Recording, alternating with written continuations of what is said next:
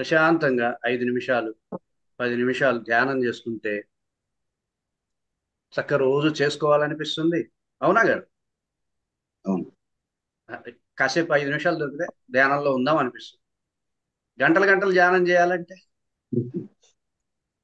ఇప్పుడు ఏం చేస్తానులే తర్వాత చూసుకుందాం అనిపిస్తుంది. అంటే వీళ్ళు ఏంటంటే నెగిటివ్ పబ్లిసిటీ అంటారు అనమాట. అర్థమైందా? అతిగా పబ్లిసిటీ దేనికి చేస్తారు? ధ్యానం నుండి జనాల్ని దూరంగా పెట్టడానికి. అమ్మో ధ్యానం అంటే మనకు వద్దురా అనిపించారు ఇప్పుడు. అవునా కాదు? అవునండి. ధ్యానం అంటే నేను చేయాలి, ఇప్పుడు 2 నిమిషాలు దొరికితే ధ్యానం చేద్దాం, 3 నిమిషాలు దొరికితే ధ్యానం చేద్దాం, అలాంటి పరిస్థితి తేవాల్సింది పోయి అతి పబ్లిసిటీ చేసి అమ్మో ధ్యానం అంటే మనకు వద్దులే అనే పరిస్థితికి తెచ్చారు. హాయిగా పొద్దున్నే చక్కగా సహజ ధ్యానం చేశాం. నాకు మార్నింగ్ నమస్తే అండి. నాకు మార్నింగ్ ఏం వైబ్రేషన్స్ నిన్నట్లాగా అసలు ఏం లేవండి. కాముగా చేస్తాను కానీ 2 కుక్కలు ధ్యానంలో కనిపించేయండి. ఒకటి తెల్ల కుక్క పరిగెట్టుకుంటూ వస్తుంది, ఒకటి ఎర్ర కుక్క తింటుందండి ఫుడ్ ఒక బౌల్లో. మీరు రెండు మహాలక్ష్మి, మార్నింగ్. మీరు మహాలక్ష్మి గారే. అవునండి. నాకు తెలుసు, అర్థమైంది. మీరు వేరే వేరే ఏవేవో సాధనల్లో చేసి ఉన్నారు. నిన్న కూడా అందువల్ల చాలా నీట్ గా అయిందండి, అంటే వైబ్రేషన్స్ అన్ని కొంచెం పెట్టాను. ఆగండి అమ్మ మహాలక్ష్మి గారు. ఫస్ట్ మీరు రాంగ్ ప్రాక్టీస్ గతంలో చేసి దాని ఇంపాక్ట్ ఇప్పుడు ఫేస్ చేస్తున్నారు. ఓకే. సరేనా?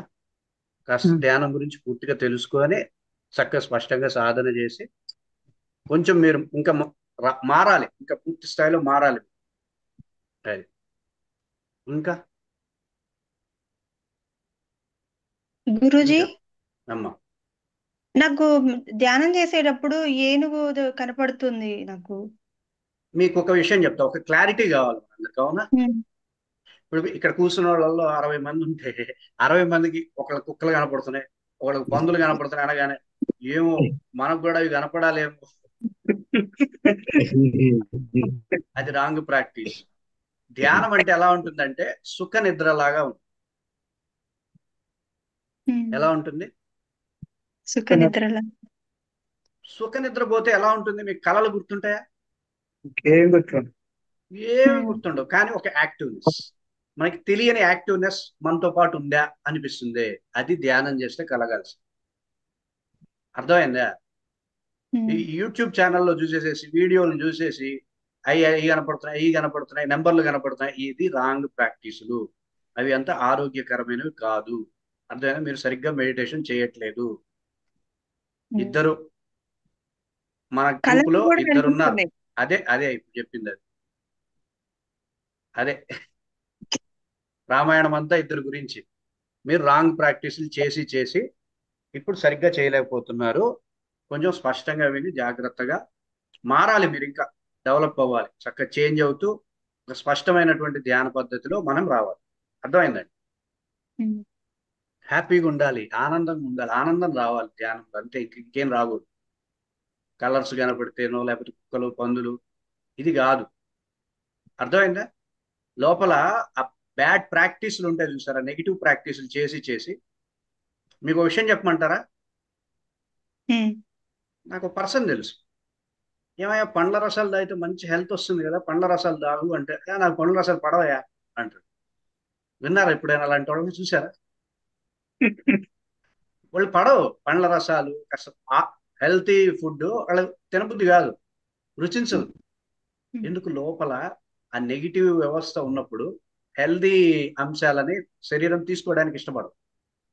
అలాగే ఇది కూడా అంతే. చిత్తంలో ఆ నెగిటివ్ ప్రాక్టీస్, బ్యాడ్ ప్రాక్టీస్ చేసినటువంటి వ్యవస్థ ఇప్పుడు ఒక ప్రాపర్ ప్రాక్టీస్ చేస్తున్నాం కదా, ఒక యుద్ధం జరుగుతూ ఉంటుంది వాళ్ళకి. నెమ్మది నెమ్మదిగా నెమ్మది నెమ్మదిగా అది క్షీణిస్తూ ఒక సరైనటువంటి ధ్యాన సిద్ధిని పొందేదాకా బాగా ప్రాక్టీస్ చేస్తూ ఉంటే నెమ్మదిగా వాళ్ళు దాని నుండి బయటపడగలుగుతారు. అర్థమవుతుంది? సుఖ నిద్రలాగా ఉంటుంది ధ్యానం. ఇది గుర్తు, కొండ గుర్తు మీకు. అంతేగాని వాళ్ళు మాకు ఎవేవో కనపడుతున్నాయి, మేము అటు ఇటు వెళ్ళిపోతున్నాం, హాస్టల్ ట్రావెలింగ్, ఇవన్నీ ధ్యానం కాదు. అర్థమవుతుందండి?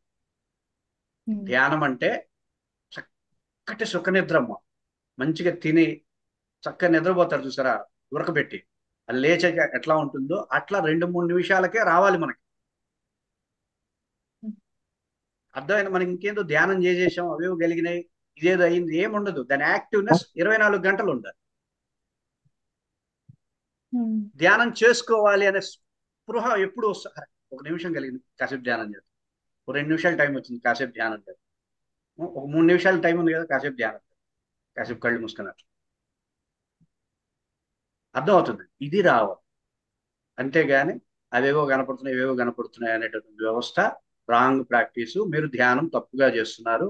నెమ్మది నెమ్మదిగా ధ్యానం మీద అవగాహన పెంచి సరైనటువంటి ధ్యాన పద్ధతిలోకి మీరు త్వరగా రావాలని ఆశిస్తున్నాను. ఇంకా ఇంకా గురుగారు ఉమ్. గురుగారు మనమందరం, మనకి ఉపనిషత్తు చెప్తుంది కదా, ఏమని చెప్తుంది? అసతోమ సద్గమయ, తమసోమ జ్యోతిర్గమయ, మృత్యోర్మ అమృతంగమయ. గురుగారు ఫస్ట్ అమ్మ, రోజు మీరు తెలియనితనం నుండే తెలిసిన తనం దగ్గరికి వెళ్తున్నాం కాబట్టి ఎవరు కూడా ఏమి ఈగోలకి వెళ్లాల్సిన అవసరం లేదు. అర్థమైందా? అంతేనా? మనం అందరం పండితులమా? కాదు కదా. తెలియనితనం నుండే వెళ్తున్నాం, నెమ్మది నెమ్మదిగా నేర్చుకుంటూ వెళ్తాం. కాబట్టి నా సజెషన్స్ ని మీరు ఈగోకి తీసుకోవద్దు, సవరించుకోవడానికి తీసుకోవద్దు. అమ్మ అడగండి. నమస్తే గురుగారు. మొన్న ఫస్ట్ రోజు మీరు అపర్మిషన్ ఏదో చెప్తా అన్నారు, ఈ లోపు ఎవరో మాట్లాడేప్పటికి చెప్పలేదు అండి. మీరు ఒకసారి ఏమన్నా యూనివర్స్ మిమ్మల్ని అలా చేసింది, నన్ను నేనేం చేయాలి? అవును సార్, ఆ రోజు ఎవరో మాట్లాడారు, అడ్డం వచ్చినాయి. ఇంకా లక్ష్మీదేవి వస్తుంటే ఆంజనేయ స్వామి తోకట్టు పెట్టినట్టు. అవును సార్, అవును సార్, అలా అయింది. పర్లేదు పర్లేదు, వస్తాయి మళ్ళీ. ఓకే అమ్మ, ఫస్ట్ మనం అర్థం చేసుకోవాల్సింది ఏంటంటే ఇది ఒక కొత్త ధ్యాన ప్రక్రియ కాదు, నిన్నటి ధ్యానానికే కొనసాగి అనేది గుర్తుపెట్టుకోండి. నిన్నటిది వేరు, ఈరోజు వేరు కదా అని చెప్పి నిన్నటిది ఈరోజు చేయకూడదేమో అనే భావన వద్దు. నిన్నటిది, ఈ రోజు, రేపు చెప్పేది, ఎల్లుండి చెప్పేది, చివరి రోజు చెప్పేవి 5 మెడిటేషన్స్ ఒకటే. అర్థమైందండి? ఈ 5 కలిస్తేనే సంపూర్ణమైనటువంటి ధ్యాన స్థితికి వెళ్ళినట్టు. మీరు ఎలా అయితే ఓ టెంపుల్ లోపలికి వెళ్ళినప్పుడు కాళ్ళు చేతులు కడుక్కుంటారు కదా, కాళ్ళు చేతులు కడుక్కోవడం నిన్న చెప్పినటువంటి ధ్యాన పద్ధతి. ప్రదక్షిణ చేస్తాం కదా, ఈ రోజు చెప్పే ధ్యాన పద్ధతి. లోపలికి వెళ్ళి గంట కొట్టేసేసి స్వామిని అక్షంతులు, పూజారి దగ్గర అక్షంతులు ఇవన్నీ వేసుకుంటాం కదా, అది బీజ ధ్యానం. తర్వాత స్వామిని దర్శనం చేసుకుంటాం కదా, అది ప్రణవ ధ్యానం. స్వామిని దర్శనం చేసుకుని కూర్చొని కాసేపు ప్రశాంతంగా ఉంటాం కదా, అది హంస ధ్యానం. ఇవన్నీ జరిగితేనే కదా దర్శనం అంటాం. అర్థమైంది? అలా ఏ ధ్యానానికి ఆ ధ్యానం, 5 ధ్యానాలు వేరు వేరు అనే భావం వద్దు. అన్నీ ఒకదానికి ఒకటి కనెక్టెడే. 1 శక్తి దేహానికి, 2 ఆత్మిక దేహానికి, 3 మెమరీ బాడీకి, 4 మైండ్ బాడీకి, 5 ఫిజికల్ బాడీ అని చెప్పి ఈ 5 ధ్యానాలు 5 దేహాలని ఎనర్జెటిక్ గా చేస్తాయి. అందుకని 5 ధ్యానాలు చెప్పుకుంటాం, కానీ 5 ఒకటే. ఎలా ఉంది? బాగుంది గురుగారు. ఇప్పుడు డిఫరెంట్ గా ఉంది. ఇంకా ఎక్కువసేపు చేయాలనిపిస్తుంది, ప్రశాంతంగా అనిపిస్తుంది. సహజ ధ్యానం, నిద్ర వచ్చినట్టు ఉంటుంది, ట్రాన్స్ లోకి వెళ్తాం, అంతా బ్లాంక్ అయిపోతుంటుంది, మర్చిపోతాం మనం. నిన్న ధ్యానము ఈ రోజు కూర్చున్నప్పుడు ఏంటంటే పీస్, ప్రశాంతంగా, కామ్నెస్, కూర్చున్న వెంటనే క్లియర్ గా అర్థమైపోతుంది. ఇది ఎప్పుడైనా చేయొచ్చు ఈ ధ్యానం. మీకు 5 నిమిషాలు దొరికినా సరే ఈ ధ్యానంలోకి వెళ్ళొచ్చు, 3 నిమిషాలు దొరికినా సరే ఈ ధ్యానం చేయొచ్చు, ఎనీ టైం చేయొచ్చు, ఎక్కువసేపు కూడా చేయొచ్చు. మీరు చేయగలిగినంతసేపు చేయొచ్చు, ఇబ్బంది. తక్కువ సమయం దొరికినా సరే ఎప్పుడైనా చేయొచ్చు. ఎనర్జీ తగ్గింది దాంతో సంబంధం లేకుండా ఎప్పుడైనా సరే మీకు దొరికినప్పుడల్లా చేయొచ్చు. ఈ ధ్యానం వల్ల మీ హార్ట్ చాలా బలంగా ఉంటుంది, అర్థమవుతుంది, ధైర్యం పెరుగుతుంది, ఆత్మవిశ్వాసం పెరుగుతుంది, కాన్ఫిడెన్స్ పెరుగుతుంది. అర్థమవుతుందండి? చాలా సూట్ గా వెళ్తారు. ఏదైనా లక్ష్యం, ఏదైనా టార్గెట్ పెట్టుకుంటే దానికి తగ్గట్టుగా చక్కగా ఎనర్జెటిక్ గా వెళ్ళడానికి ఈ ఎనర్జీ, ఈ ధ్యానం వల్ల కలిగే ఎనర్జీ మనకు సహాయం చేస్తుంది. సో ఇది ఎప్పుడైనా చేయొచ్చు, ఎనీ టైం చేయొచ్చు సహజ ధ్యానం. గురువుగారు నమస్కారం. నమస్కారం వద్దు, నమస్కారం క్లాస్ మొదల్లో పెట్టారు కదా, వద్దు. ఓకేనా? డౌట్స్ అడిగేసాయి. జనరల్ గా ఇప్పుడు సబ్ కాన్షియస్ మైండ్స్ చాలా, ఇప్పుడు యూట్యూబ్ ఛానల్స్ అండ్ సోషల్ మీడియాలో అయినా మీరు ఆజ్ఞాచక్రం మీద యాక్టివేషన్ చేసుకొని అంటే మీకు ఏది కావాలో అది కోరుకొని ఊహించుకోండి మీరు అందులో మీరు అయిపోయారు. ఫర్ ఎగ్జాంపుల్ నేను ఒక ఆఫీసర్ కానీ ఒక గవర్నమెంట్ జాబ్ ప్రిపేర్ అవుతున్నాను అంటే మీ ఏ లక్ష్యం అయితే ఉంటే ఆ లక్ష్యం అయిందని ఊహించుకొని 15 మినిట్స్ డైలీ చేసి అఫర్మేషన్స్ రాయండి, మీ కోరిక నెరవేరుతుంది అని అంటున్నారు. అంటే డైరెక్ట్ వాళ్ళు అందులోనికి దిగిపోతున్నారు, ధ్యానం చేపించట్లేదు, ఇది చేపించలేదు. ధ్యానానికి దీనికి ఏమైనా లింక్ ఉంటుందా గురువు గారు? డైరెక్ట్ వాళ్ళ అఫర్మేషన్స్ రాయమంటున్నారు. ముందుగా ఫస్ట్ ప్రతి దానికి కనెక్షన్ ఉంటుంది. ఇప్పుడు మనం ఆలోచిద్దాం, నేను సీఎం అవ్వాలనుకుని సీఎం అవ్వాలి సీఎం అవ్వాలి మీరు చెప్పినట్టే అఫర్మేషన్స్ రాసుకొని సీఎం అయినట్టుగా ఊహించుకుంటే అవుతాను? అవుతానా? అవుతానా? అవ్వము. సీఎం అవ్వడానికి ఏం కావాలి? ఇప్పుడు చెప్తాను, వినండి, జాగ్రత్తగా వినండి. సీఎం అవ్వాలంటే సీఎం స్థాయి ఎనర్జీస్ కుండలినిలో ఉండాలి. చెప్పండి. సీఎం స్థాయి ఎనర్జీస్ కుండలినిలో ఉండాలి. సీఎం హోదాని మెయింటైన్ చేయగలిగే ప్రాణశక్తి ఉండాలి. చెప్పండి. సీఎం హోదాని మెయింటైన్ చేసే ప్రాణశక్తి ఉండాలి. సీఎం పదవిని అట్రాక్ట్ చేసే విశ్వశక్తి ఉండాలి. సీఎం పదవిని అట్రాక్ట్ విశ్వశక్తి ఉండాలి. విశ్వశక్తి ఉండాలి. నా ఎనర్జీ సెంటర్స్ యూనివర్స్ తో కనెక్షన్ లో ఉండాలి. ఎనర్జీ సెంటర్స్ యూనివర్స్ తో కనెక్షన్ తో ఉండాలి. ఈ మూడున్నా కూడా సీఎం అవ్వలేవు. ఎప్పుడు సీఎం అవుతా? ఈ మూడు ఉండడం ఒక ఎత్తు, ఈ మూడు ఉండి నీ ఎనర్జీస్ యూనివర్స్ అనుసంధానం అవ్వాలి, కనెక్షన్ లో ఉన్నప్పుడు అవుతావు. అర్థమవుతుందా మీకు? ఈ నాలుగు జరగదు. ఈ నాలుగు లేకుండా నువ్వు తల్లకిందులు తపస్సు చేసినా జరగదు. చూడండి ప్రపంచం ఎలా ఉందంటే, సమాజం నీ చేత చెడు చేయించడానికి సినిమాలు కూడా తీస్తారు. నీ చేత చెడు చేయించడానికి బిజినెస్లు ఉన్నాయి. నువ్వు చెడు ఆలోచన చేసే విధంగా నీ చుట్టూ సమాజం ఉంది.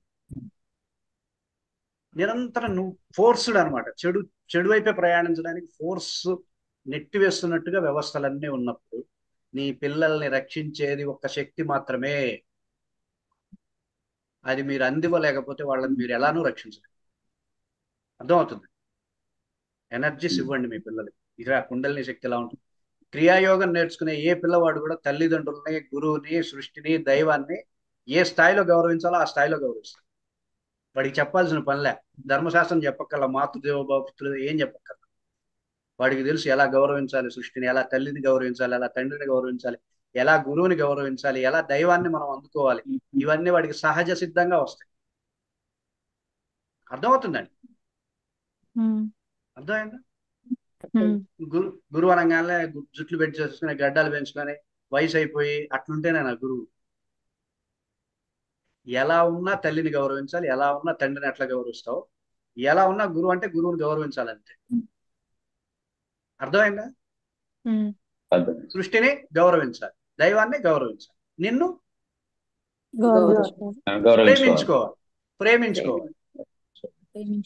అర్థమైందా? నిన్ను నువ్వు ప్రేమించుకునేవాడు వీళ్ళని గౌరవించగలుగుతాడు, నిన్ను నువ్వు ప్రేమించుకోలేని వాడు వీళ్ళని గౌరవించాలి. అర్థమైందండి? ఇది ఒక మోటివేషన్, ఇది ఒక లైఫ్ స్టైల్. క్రియాయోగం అని తెలుసా? క్రియాయోగం లైఫ్ స్టైల్, జీవన శైలి. క్రియాయోగం పొద్దున్నే ఎలా లేవాలి, వృషపానం ఎట్లా చేయాలి, ఎనర్జీస్ అనుసంధానం అవుతూ ఎలా దినచర్యను పెట్టుకోవాలి, ఇది లైఫ్ స్టైల్. ఇలా ఏ శాస్త్రం మీకు చెప్పదు. క్రియాయోగం గురించి ప్రచారం చేసేవాడు ఒక్కడు లేడు. అసలైన క్రియాయోగం గురించి చెప్పేవాళ్ళు, అలా క్రియాయోగాన్ని పిల్లలకు అందిద్దాం అనుకునే వాళ్ళు ఎవరూ లేరు. అర్థమవుతుంది? శక్తిని ఇద్దాం నెక్స్ట్ జనరేషన్స్ కి. మీరు ఎనర్జీస్ మీకు యాక్టివేట్ అయితే పిల్లలకి ఆటోమేటిక్గా యాక్టివేట్. వాళ్ళు ఎక్కడున్నా సరే ఆ ఎనర్జీస్ తో ఉందాగా బతకచ్చు. యూనివర్స్ వాళ్ళని టచ్ కూడా చేయదు. చెప్పండి. టచ్ కూడా చేయదు, అంతే. యూనివర్స్ టచ్ చేయడం అంటే ఏంటి? మనలో ఏదైనా నెగిటివ్ ఉంటేనే అది టచ్ చేస్తుంది, నెగిటివ్ లేకపోతే టచ్ చేయదు. తెలుసా మీకు అది? యూనివర్స్ మనలో నెగిటివ్ లేదనుకోండి టచ్ చేయదు. మీలో నెగిటివ్ ఏదైనా ఉంటేనే టచ్ చేస్తుంది. ఇవి మీకు అర్థం అవుతాయి. సృష్టిలో రక్షణగా, శ్రేయస్సుగా, చక్కగా ఆనందకరంగా జీవించడాన్ని శాసించాలి మేము. అర్థమైంది? భయపడకూడదు. అర్థమవుతుందండి? అది క్రియాయోగం. అంత గొప్పది కాబట్టే దానికోసం లైఫ్ సాక్రిఫైస్ అయినా పర్వాలేదని చెప్పి 15 సంవత్సరాలుగా వాటి ప్రచారం మీదే మేము. కాకపోతే ముక్కుసూటిగా మాట్లాడతాం కాబట్టి అందరికి మా మాటలు నచ్చవు. అది విషయం. అర్థమవుతుంది? గురుజీ మనం ఒక ఫ్రీ చేసిన కుటుంబ సభ్యులు అందరికీ అందుతుంది అంటారండి? పిల్లలతో మీ మీ భర్తకి, మీ పిల్లలకి, మీ కుటుంబం మొత్తానికి ఎనర్జీస్ కనెక్ట్ అవుతాయి. That is Kriya Yoga. మీరు మీ కుండలిని స్థాయి ఎనర్గైజ్ అయితే వాళ్ళ పిల్లలకు, మీ పిల్లల కుండలిని కూడా ఎనర్గైజ్ అవుతాయి. ఇప్పుడు మీ కుండలిని బలహీనం అయితే మీ పిల్లలు బలహీనం అవుతాయి. అర్థమవుతుందండి? ఎనర్గైజ్ యువర్ కుండలిని, యాక్టివేట్ యువర్ ప్రాణశక్తి, ఇంప్రూవ్ యువర్ కాస్మిక్ ఎనర్జీ. మీరు కాస్మిక్ ఎనర్జీని ఎంత కావాలంటే అంత ఇంప్రూవ్ చేసుకోవచ్చు. ఏం ఇబ్బంది లేదు. క్వింటాలు విశ్వశక్తి ఉన్నా ఏమీ కాదు. చక్కగా మీ తర్వాత తరాలు వాడుకుంటే. అర్థమవుతుంది? ఎంత విశ్వశక్తి కావాలంటే అంత విశ్వశక్తిని డెవలప్ చేయండి. యూనివర్స్తో అనుసంధానం అవ్వండి. విశ్వశక్తిని పెంచుకోండి, ప్రాణశక్తిని పెంచుకోండి, కుండలిని శక్తిని శక్తివంతం చేసుకోండి. ఈ 4 పనులు చేయాలి. అది క్రియాయోగా యొక్క ఉద్దేశం. ఇది ఒక్క దాని మీద ఫోకస్ పెట్టండి, మిగతావన్నీ ఆటంకతవే జరుగుతూ ఉంటాయి. కుండలిని శక్తివంతమైనట్టు ఎలా తెలుస్తుంది గురుజీ? కుండలిని శక్తివంతమైనట్టు ఎలా తెలుస్తుంది అంటే మీరు ఏదైతే సంకల్పం చేస్తారో అది టక్మన్ జరుగుతూ ఉంటుంది. అన్నిటికీ లింకే. అర్థమైందా? మీకు ఒక ఎనర్జీ, అది మీకు ఒక ధైర్యం అనమాట, భరోసా. అది కుండలిని శక్తి. అది తెలుసుకుందాం రేపు 6 షట్చక్ర ఆకర్షణ క్రియలో మొత్తం మీకు ఈ 3 ఎనర్జీస్ గురించే చెప్పుకుంటాం. కుండలిని శక్తి ఏంటి, ప్రాణశక్తిని ఎట్లా ఇంప్రూవ్ చేస్తాం, లా ఆఫ్ అట్రాక్షన్ ఎట్లా చేస్తాం, అఫర్మేషన్స్ ఎట్లా ప్రిపేర్ చేసుకుంటాం. అఫర్మేషన్స్ అంటే ఏది ఆయన చెప్పాడు. అఫర్మేషన్ అంటే ఏది పడితే అది అఫర్మేషన్ కాదు. ఏది పడితే అది అఫర్మేషన్ కాదు. అఫర్మేషన్కి కొన్ని ఉండాలి, అప్పుడే దాన్ని అఫర్మేషన్ అంటాం. ఒక ప్యాటర్న్ ఉంటుంది దానికి. ఇప్పుడు సెంటెన్స్ అని దేన్ని అంటాం? సబ్జెక్ట్, వెర్బ్, ఆబ్జెక్ట్ ఉంటేనే సెంటెన్స్ అంటాం కదా. అలాగే అఫర్మేషన్ కూడా ఒక సైన్స్. అట్లా ఉంటేనే దాన్ని అఫర్మేషన్ అంటాం. అర్థమవుతుంది? త్రూ అఫర్మేషన్స్ తో మనం బ్రహ్మాండాలని క్రియేట్ చేయొచ్చు. చెప్పండి. బ్రహ్మాండాలను క్రియేట్ చేయొచ్చు. అఫర్మేషన్స్ తో విశ్వాలని క్రియేట్ చేసి పారేయచ్చు, పునఃసృష్టి చేయొచ్చు.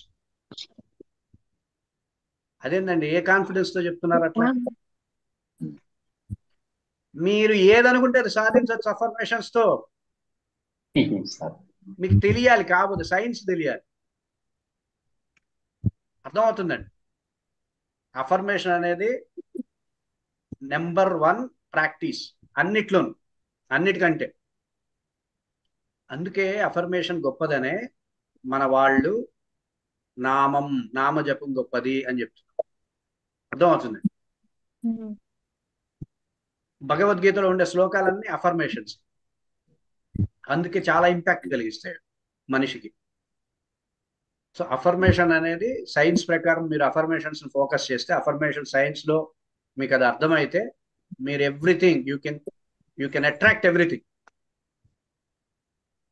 అర్థమైందా?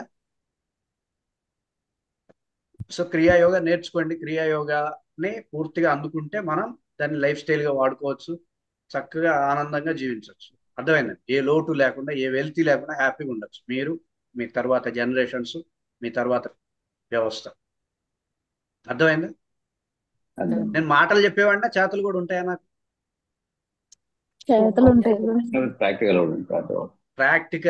ప్రాక్టికాలిటీ నుండే వస్తున్నాయి మాటలు.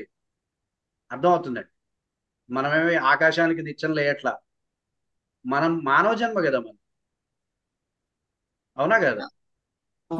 మానవ జన్మకు అర్హత లేదా ఆనందంగా జీవించడానికి? లేదా? మానవ జన్మ పుట్టి ఆనందంగా జీవించాలనగా అట్లా చూస్తారేంటి? మనకుంది. మనం జంతువులం కాదు. నేను శాసిస్తారు 200 ఏళ్ళు జీవించాలి అని శాసించుకోండి. 200 ఏళ్ళు జీవించాలంతే. ఈ దేహం మనం ఏం చెప్తే అది చేయాలంతే. ఎట్లా ఉండమంటే అట్లా ఉండాలంతే. ఆ కాన్ఫిడెన్స్ మీకు అఫర్మేషన్స్ నుండి పుడుతుంది. అర్థమవుతుంది? నేనేవి అబద్ధాలు చెప్పను, అన్ని నిజాలే, ఇది మీరు చేయగలరు. అర్థమవుతుందండి? ఇవి మనం చేయగలం. అర్థమైందండి? చక్కగా మీ కుండలిని కూర్చొని ఎక్కడికైనా వెళ్ళాలా మీరు కుండలిని ఎనర్జైజ్ చేయడానికి? ఎక్కడికి వెళ్ళక్కర్లేదు, ఆన్లైన్లో చక్కగా కూర్చుంటే నేర్చుకుంటారు. తర్వాత మీరే మీ కుండలిని ఎనర్జైజ్ చేసుకుంటారు. అది మీ పిల్లలకు కూడా చెప్తారు, ఇలా చేసుకోవాలి, ఎనర్జైజ్ చేయాలి కుండలిని, ఇలా ప్రాణశక్తిని పెంచుకోవాలి, ఇలా విశ్వశక్తిని ఇంప్రూవ్ చేసుకోవాలి, ఇలా మీ ఎనర్జీస్తో యూనివర్స్తో అనుసంధానం అవ్వాలి. మీరే మీ పిల్లలకి చెప్తారు. అలా ఏ అమ్మ అయితే పిల్లలకి చెప్తుందో ఆ అమ్మ, ఏ తండ్రి అయితే ఇట్లా ఎనర్జీస్తో ఉండాలి అని తను ప్రాక్టికల్ గా చేస్తూ చూపిస్తాడో అతను తండ్రి. అర్థమైందండి? అలాంటివి మళ్ళీ తెప్పిద్దాం, అట్లాంటి వ్యవస్థని. ఏం డౌట్ ఉంటే అడగచ్చు. అఫర్మేషన్స్ తో నేను స్టేట్మెంట్ ఇస్తున్నా, అఫర్మేషన్స్ తో ఎనీథింగ్, ఏదైనా సరే సాధించవచ్చు. You can achieve everything, no doubt. కాకపోతే ఇందాక ఆయన చెప్పినట్టుగా అలా పడితే అలా చేయకూడదు. ఇక్కడ ఎనర్జీస్ని పెట్టుకొని అఫర్మేషన్స్ కొట్టాలి.